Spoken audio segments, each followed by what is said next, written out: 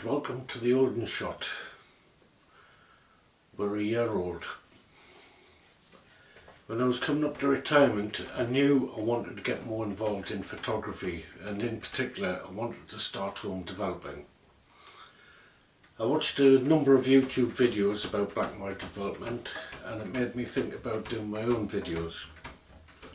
I had quite an extensive camera collection and wondered if people would be interested in how different old films or old film cameras performed. I have no photographic qualifications, and my knowledge comes mainly from reading magazines like Amateur Photographer and Practical Photography over the years.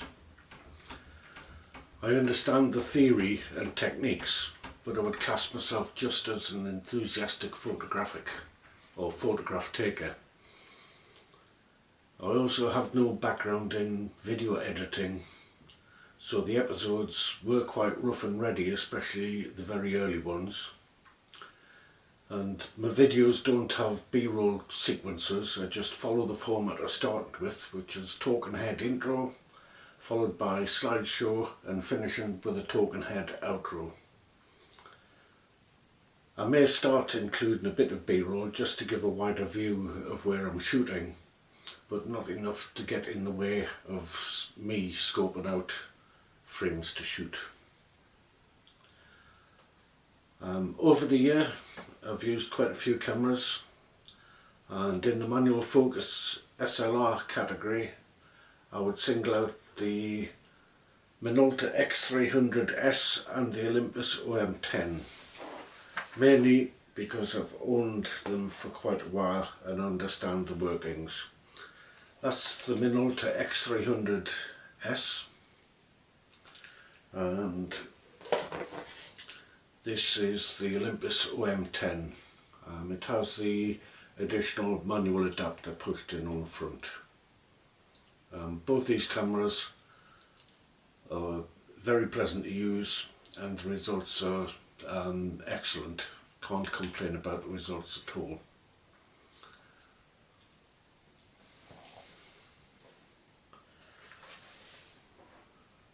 I like all my SLR cameras from Japan and from East Germany, and although the Russian Zeniths don't handle very well, I find some of the photos from them are quite good, very nice. On the autofocus, the Minolta Dynex 500 SI is probably my favourite, but the Canons I had were also excellent, and the Pentax isn't bad at all. Viewfinder and rangefinder cameras from the 50s and 60s can be very enjoyable to use with surprising quality. Two I find myself reaching for most are the Kodak Retinet 1B viewfinder camera and the Bolter Supermatic rangefinder, which I can't find at the minute. Both are a pleasure to use and the results can be excellent. Of the two point and shoot zoom compacts I've featured, the Konica Z-Up 70 just wins out over the overhyped Olympus Mu 2 Zoom 80 because it cost me £1 and the results make me smile. The Olympus Mu 2 Zoom 80, which cost me £5 at the market a few years ago, I sold recently on eBay for just under £120. And now I'm going to include a slideshow of some of my favourite shots from the year, followed by what I think are my top 3 shots.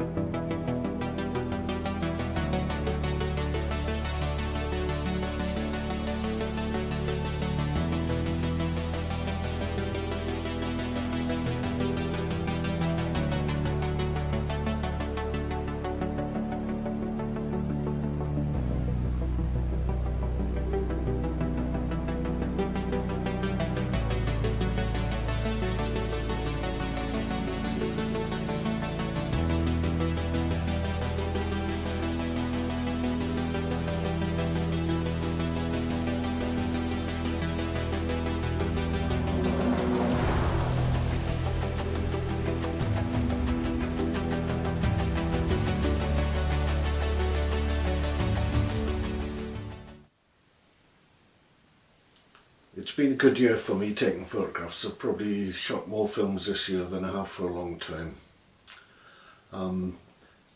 When it comes to setting up the channel, expectations versus reality. My initial thoughts were that I may at some stage make a little bit pocket money from producing these videos, but certainly not fame and fortune. After starting, I looked more closely into what the criteria are that YouTube set for monetizing your account, and I realised I'm doing this for the love. The love of photography is the only reward I'm going to get from this, and to be honest, that is okay, because I find myself doing something I do love with no worries about numbers, click-through rates or hours of viewing time. Just keep telling yourself that, Keith.